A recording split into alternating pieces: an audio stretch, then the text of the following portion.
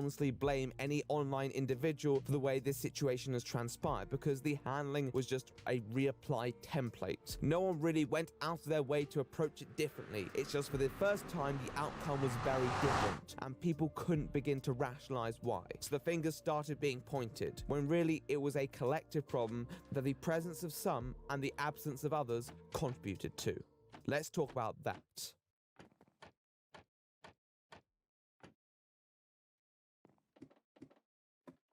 In Etika's final video, he retreads the experiences he went through from a rather solemn perspective.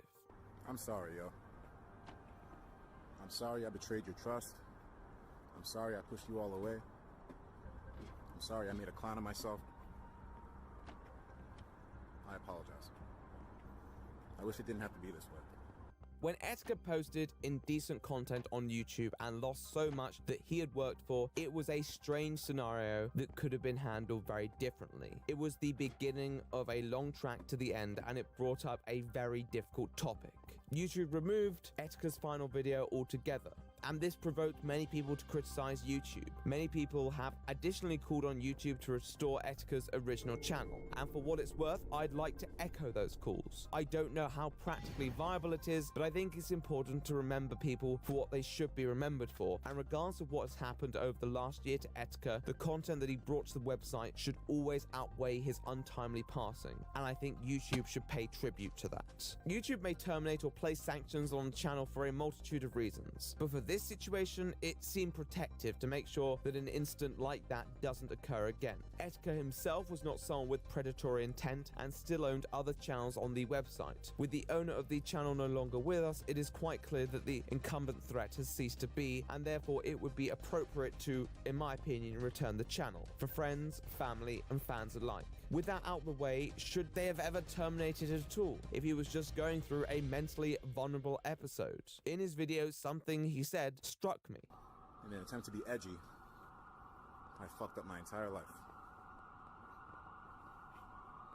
It was a fun life. I had a great time. It was great, but for it to be cut so short, I've come too far.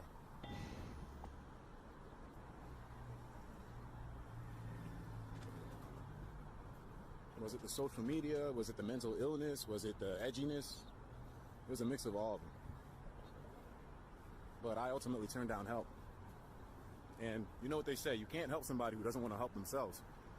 I just didn't realize I needed help. That's how deluded I was, man. It's not your fault. I don't want you to blame yourselves. It's all my fault. I'm the one that pushed y'all away. And then I deluded myself into thinking that somehow I didn't destroy a big part of my life, that somehow I was ahead of the curve. It was like that heavy delusion that I couldn't pull myself out of. I didn't even know I was in it. I was saying and doing things that made no sense. The way he framed the situation was interesting, because although he takes some responsibility for what had occurred, it almost felt like he perceived himself as having no other option given the response to the other instance. That was what I found so sad while watching the video, the idea that he perceived himself as in a corner. The only other option was to take his own life. Whatever had provoked that shouldn't have occurred. And although there will be some people who you'll never be able to talk out of, I feel that Etika wasn't one of those people. I think he would have taken an outstretched hand if he felt it was right for him. But in his time of vulnerability, many judged him and the authorities punished him, when really he maybe should have just got his channel back and been monitored a bit more closely. YouTube makes exceptions for people all the time, where they otherwise shouldn't. And although you don't want to open the floodgates for people abusing the conditions, I just don't feel like it would have, even if I don't have a crystal ball. The point that I stated in brief light of this is that ultimately, whether completely real or completely fake, the solution doesn't differ too much from an outsider's perspective. But what we need to do is focus on people getting help from offline sources. If someone has been driven to the point that they simulate a mental illness, then they probably need a break and they're still likely suffering from something else. If they're real, then there should be no question about the course of action. This isn't to say we shouldn't have a discussion about this stuff and the consequences that they may yield. There are people who do abuse mental illness as scapegoats sometimes. I've spoken about individuals who may be mentally vulnerable. It doesn't necessarily put a person above criticism, but it's equally important the sort of criticism that you'll be dealing out and the sort of mentality that you promote towards a person. let my story be one that advises caution on too much of the social media shit, man. It can fuck you up. It can give you an image of what you want your life to be, and it can get blown completely out of proportion, dog. Unfortunately, it consumed me. And it made me forget about consequences to my actions. It made me forget that we have to pay for the things that we say. It made me forget that there is weight behind words. I was so consumed with this great image that I had that I thought I was invulnerable to everything. As an example, Etika said a lot of highly inflammatory things during his second mental breakdown, and many people took the opportunity to write him off.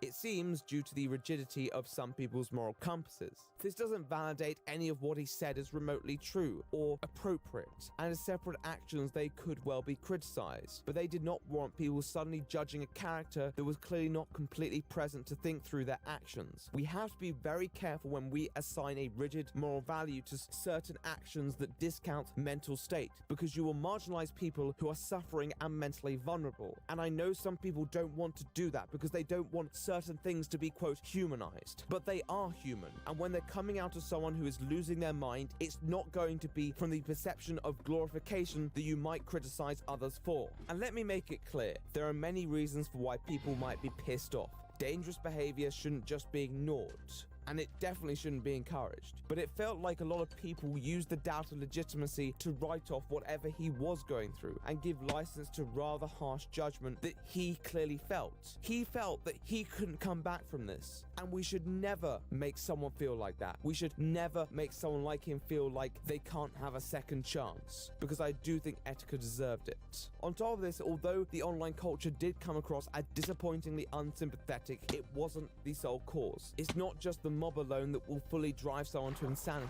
It often requires a lack of support from all corners, and you've got the feeling that Etika just seems so alone when he probably needed support most, and pushed many people away. This isn't to say that there is an obligation on anyone to do more. Maybe that was how Etika set himself up, and most people just didn't anticipate it. But it should always serve as a reminder that if you have someone in your life that you care about, that you do genuinely value, make sure you let them know from time to time. At the end of the day, what we witness publicly is only the tip of a very deep iceberg, and to judge the person from the situation alone is to miss the point. However, it was something that many people did, maybe even something that I did when I took a passing glance. But I think the best thing we can do is try and be more mindful in the future of what might happen. There'll be no way to fully prevent these things, and internet trolls will always exist. But if we can have at least a few people reevaluate the sort of statements they make, then we might do a bit better. As said at the start, I think this was the first time a community suffered something so intimate to many people, and you can see it all over the site. But we learn,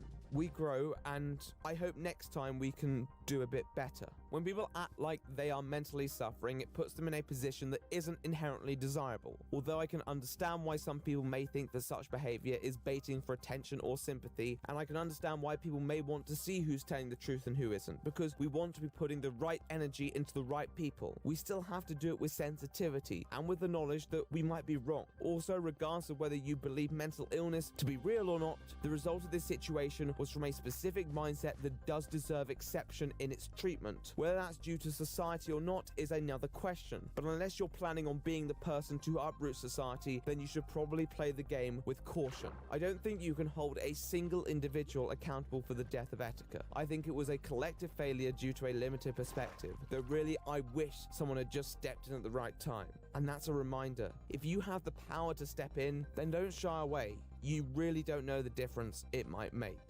As always with this sort of video, I'll leave links below to suicide hotlines. This video will not be monetized because I feel it's a situation that is bigger than all of us. Some people did suggest I monetize it and give the assets to charity, but I feel that that would just cause confusion and it'd likely be demonetized anyway. There'll be some links to reputable suicide charities below if you want to donate. Take care of yourselves, people.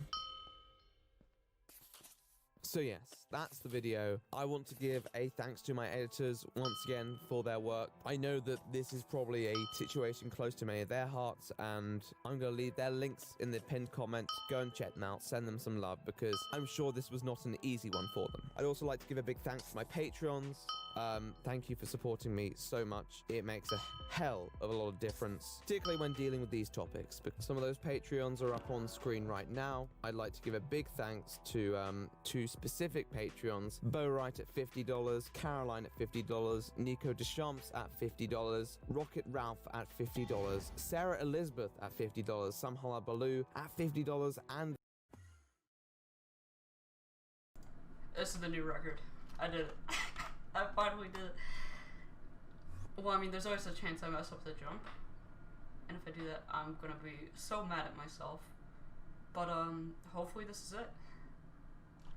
Cause holy shit. Oh my god. I'm praying that this is it. Oh my god.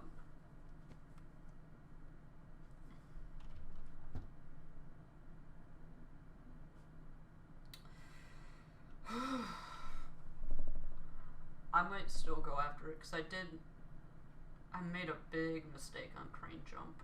There's still a bit of time to save. But I'm hoping that my journeys with parkour will be coming to an end soon. Because there's a lot of other aspects of this map I want to explore.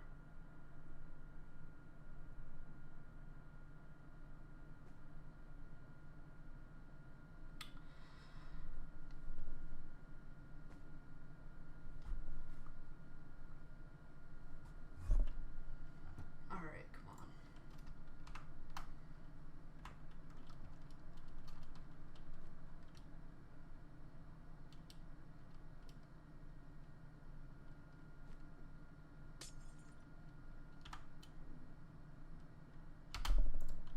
$11:42. Let's go. Oh, that feels really good. Alright. That's a wrap for right now.